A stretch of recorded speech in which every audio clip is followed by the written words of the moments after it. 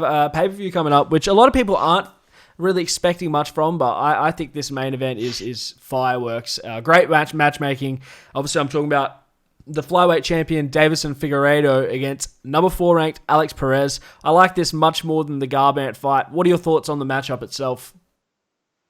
I prefer the Garbrandt fight. I do think Garbrandt is. I just don't think Alex Perez is there yet. I know he got a good win over Formiga, but I just don't think he's at this level yet. And I think it might show. I think Figueiredo is a serious, champion. He's gonna take a lot to beat him, and maybe Cody could have given him a better fight. I'm not sure, but I don't want to write Alex off at all. But I just think Deiveson Figueiredo is going to take some beating. So I don't mind this fight. It's a good fight, but I would have preferred to see Garbrandt in there just as a fellow, or as a former champion. He's got the credentials.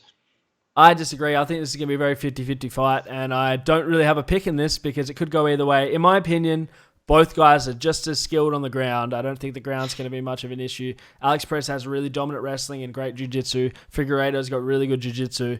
It's going to be on the feet where I think the person who wins this fight because I really don't know who's going to win it. Both of them have a similar style of coming forward and throwing. Neither guy's been knocked out from my memory. So, I'm excited to see. Well, Alex Perez got knocked out by Benavidez, and it's just... already get knocked out? I thought it was a decision, my bad. Yeah, simple. MMA maths tells you that Figueiredo should be able to do the same, but obviously MMA doesn't work like that. I really like that win over Formiga. I just wish he had a bit more time to, cement himself as a true contender and get a few more wins under his belt. He's beat Espinoza and Mark De La Rosa, and I'm just not hyped by these wins, in my opinion. Brandon Royval, who's I think he's the main event on the prelims. Yeah. He's got 2 wins in the UFC, and I'd say he's got stronger wins over the guys he beat, Kai Kara-France and who else did he beat? Tim Elliott. I think they're really good wins. So it's just Alex Perez is just taking his chance, and he's a really good fighter, and I'd expect him to put up a good fight. I just think I'd prefer him to have 2 or 3 more before he's in this position. Yeah, well, it'll be interesting to see how he does deal with the title fight pressure and see if he comes out and gets a win here. That'd be a big showing for someone. I think it'll be the first person from the Dana White Contender Series to claim a title if he pulls it off. So, let's see if he can do it. On the co-main event, we have another flyweight title fight, this time in the women's divisions, which is Valentina Shevchenko versus Jennifer Maia. I know my pick in this one. What are your thoughts? Yeah, it's Valentina all day. I just don't think there's anyone in this division besides Andrade who's interesting. It's not even interesting to watch Shevchenko against these fighters because it is a couple levels below for her, and that's not her fault that she's just that good. And it's not the fighter's fault either. They've got to try and jump up, and I'm sure we're going to get the best Jennifer Maia ever. She looked brilliant last time against Calderwood. She's got to keep that momentum going. She's got to, upset everyone. She's got to prove people like myself wrong. But I expect Valentina to make, easy work of it, as she often does. And then I really want to see her in that Jessica Andrade fight, because I think that's the toughest test to date at 125, is it? Yeah. Yeah, and I agree with everything you said, and I don't think there's much more to say because unless she can get it to the ground and get Shevchenko, her chances are very, very, very, very slim. And even on the ground, I think Shevchenko might have the advantage just in terms of grappling and wrestling grappling, not necessarily jiu-jitsu. I think this one's going to be Valentina all day. If she pulls off the upset, though, I'll be very impressed with Jennifer Maia. But as it stands, I'm taking Shevchenko. Before that weird matchup, I'm just reading it now for the first time. I think it's a late replacement for Robbie Lawler, right? Mike Perry versus Tim Means. Yeah, I actually don't mind this fight. I think Tim Means looked good on his last one. Who did he beat? He looked really good. Strapoli he beat, and he looked fantastic in that. But for Mike Perry's name is bigger than what his ranking is right now. So he should be fighting people like Tim Means. He's outside the rankings. Because he's got a name, he gets people like Robbie Lawler. So that's Tim Means who he's fighting, and I think it's a really good tough fight. Tim Means won't go easy, but he is a bit hittable from my opinion. I think Perry will be able to hit and hurt him, and ultimately I expect him to get his first stoppage in. I think it's been a few years now for Perry, so he's known as a puncher. He needs to re-establish himself as that, and I think he should be able to do that against Means. We'll see. I don't know about a finish, but I think Mike Perry might be able to just outpoint him and just piece him up on the feet and go to the full 3 rounds. But in terms of being finished, recently I don't think Tim Means has been, other than the submission. He lost to someone by submission. I think it's Rodriguez. But aside from being submitted, I don't think I remember him getting knocked out in quite a while. So it'll be interesting to see how this fight actually plays out. But I do expect Perry to win this, but I don't think it'll be a finish. I think it might just be a decision. He hasn't finished anyone in a while, but I think he's got some of the best power in the welterweight division. I think he needs to just let his hands go. Tim Means is not, he's not going to be bobbing and weaving and ducking and diving. He's going to be there. He's going to be in Perry's face trying to put it on him. And if Perry needs to let the hands go and try and re-establish himself, because at one point he did look like he could be a top 15, top 10 fighter. It's kind of tailed off. He got a good win over Mickey Gall last time. He needs to keep the momentum going, and I hope he gets a knockout. But it's going to be a really fun fight. If you're picking fight of the night early, this is a good one to go for. Yeah, I agree. Before that, we have Caitlin Chukagian back again, still ranked number 2 because I assume Andrade probably just jumped her. That's weird that she's still number 2 though, because this is she had. I'm misremembering. She lost to Shevchenko, then she won to Shevchenko.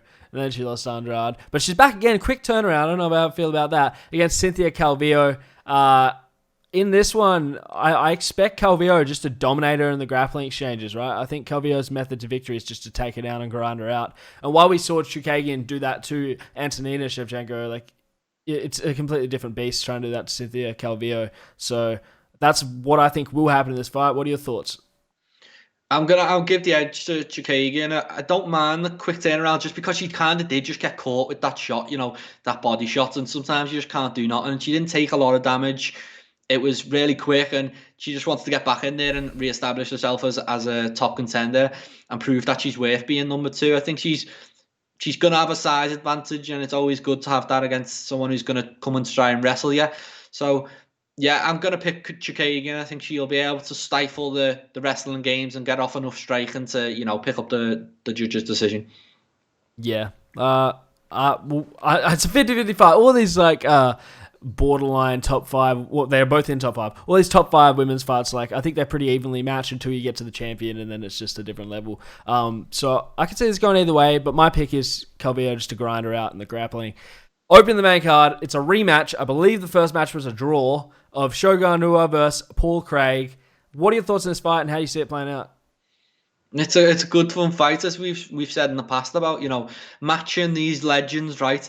Putting them in the right fights at the right time against the right people. You don't want to see Shogun getting wiped out by I don't know, Rakic or someone like that. You want to see him in these fun fights at a lower level, and it's a good fight. I'm excited to see it run back.